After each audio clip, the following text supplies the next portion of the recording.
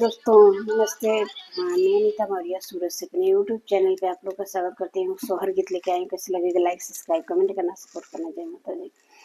कहवा से आवेला पियरिया पियरिया लगल झालर जी। कहवा से आवेला पियरिया पियरिया लगल झालर जी। हे ललना कहवा से आवेला सिंहोरिया सिंहोरिया भरल से नूर जी। हे ललना कहवा से आवेला सिंहोरिया सिंहोरिया भरल से नूर जी। नैहर से आवेला पियरिया पियरिया लगल झालर जी। नैहर से आवेला पियरिया पियरिया लगल झालर जी।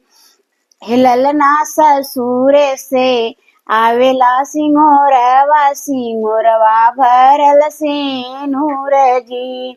ललना ससुर से आवेला सिंहोरवा सिंहोरवा भरल से नूर जी।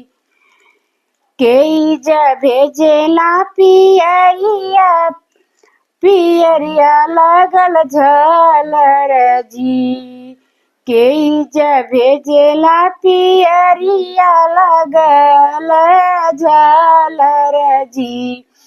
के भेजेला सिंहोरवा सिंहोरवा भरल से नूर जी।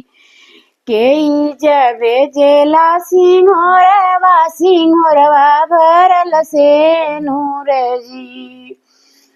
अम्मा मोरी भेजेली पियरिया पियरिया लगल झालर जी। अम्मा भेजेली पियरिया पियरिया लगल झालर जी। हे ललना सासू मोरी भेजल सिंहोरवा सिंहोरवा भरल से नूर हो। हे ललना सासू मोरे भेजेली सिंहोरवा सिंहोरवा भरल से नूर जी। के करे लागे पहनी पियरिया पियरिया लगल झालर जी। के करे आगे पहनी पियरिया पियरिया लगल झालर जी। हे सखिया के करे आगे सेनुरा चढ़ाऊं त गोदिया मोरा भरी गई हो। हे सखिया के करे आगे सेनुरा चढ़ाऊं त गोदिया मोरा भरी जई हो। पिया आगे पहिनो पियरिया पियरिया लगल झालर हो। पिया आगे पहिनो पियरिया पियरिया लगल झालर हो। हे सखिया तुलसी चढ़ाऊं से नूरवा त गोदिया मोरा भरी जई हो।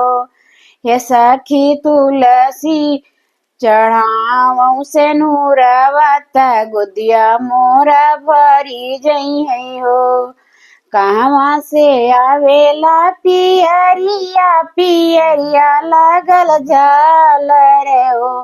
हे सखिया कहवा से आवेला सिंहोरवा सिंहोरवा भरल से नूर हो।